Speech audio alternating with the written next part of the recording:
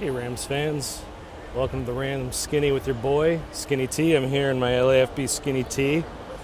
I'm out here at SoFi to cover the Rams and Raiders game, but more importantly, I'm here to cover the unveiling, the crowning of the Fan of the Year, the Rams Fan of the Year, Gus Obregon. I hope I got that right. Gus Obregon is the Fan of the Year. He's better known as the Raminator. If you've been around Rams tailgates or training camp or anything like that, he's the guy in the Predator-themed Rams get-up. It's super cool. But in terms of the game, I just wanted to bring you a couple of points to watch out for in this game. The Raiders are looking like a better team every week, but they're still beatable for the Rams. But the Rams will have to execute in a couple of key areas to take away the win from this day. First, Jalen Ramsey. We have to have a good Jalen Ramsey, vintage Jalen Ramsey performance. Derek Carr has finally discovered that Davante Adams is a good receiver. Took him a few weeks, but he's finally gotten there. And Jalen really struggled last week against DK Metcalf. Shutting down Adams is job one. What will help Ramsey with that is if Troy Hill is back in the lineup. He's questionable on the injury report today. But that's the kind of thing that gives the Rams more flexibility on defense to move Ramsey around, and that's when he's been at his best. The biggest thing that they can't do, what they didn't do last week, was allow these explosive plays, and that's what allowed the Seahawks to beat them last week.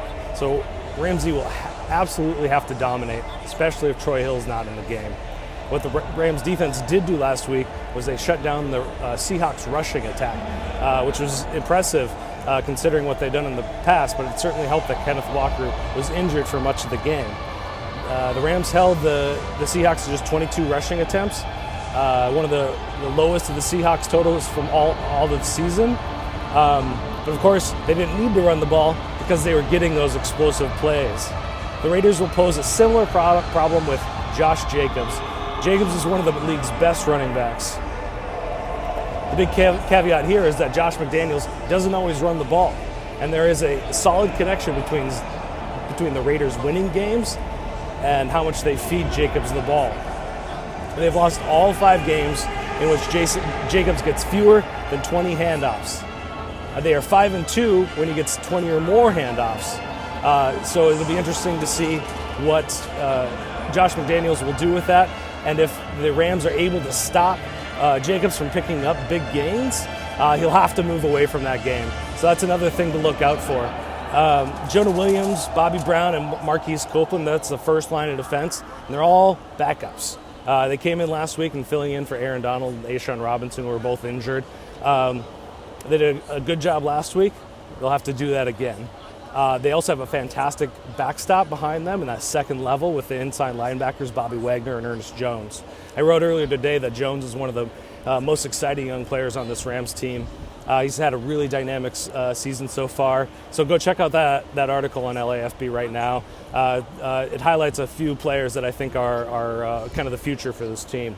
Another thing that they'll have to execute is a good passing game. The Raiders are 30th in passing DVOA this season. They gave up 260 yards through the air about that this season.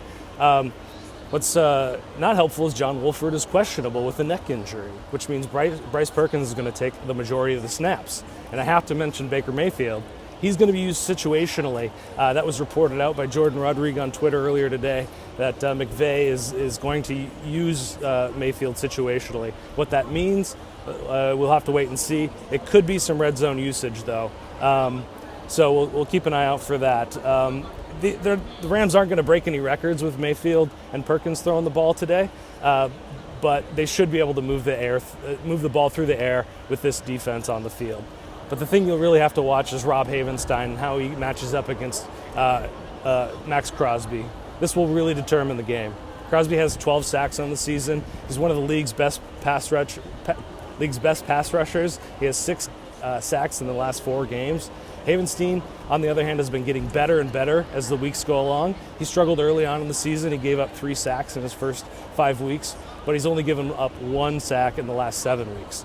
Havenstein's main struggles this season has come up when he's going up against the league's best pass rushers. He's given up 4 pressures against Buffalo in week 1, and he gave up 6 against the Cowboys. The question is he going to continue that good track record, or is he going to be outmatched by an elite pass rusher once again?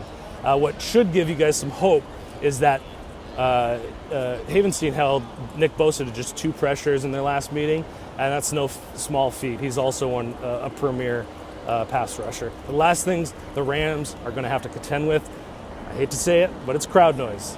There are still tons of Raiders fans. I just walked through the tailgate, and there was a lot of black and silver. I'm sorry to say. You're going to get new fans from Las Vegas coming in. It's a short flight. Come over to LA, and Raiders fans in general travel really well. And who doesn't want to come hang out in LA when it's like this? I mean, can you blame them? So with SoFi making a lot of noise, especially when Baker Mayfield is on the field, when he has the ball in his hands, it's going to cause problems. He's brand new to this team. They're going to have to go to a silent count eventually, and this is going to cause burn timeouts, maybe false starts, and maybe some delay of game penalties. And that can crater drives, and it can really tank them in the red zone if they're able to get cause some noise there. Sorry.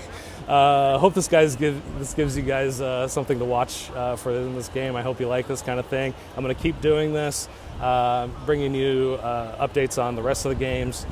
So please like and subscribe and comment, and have a great day, guys.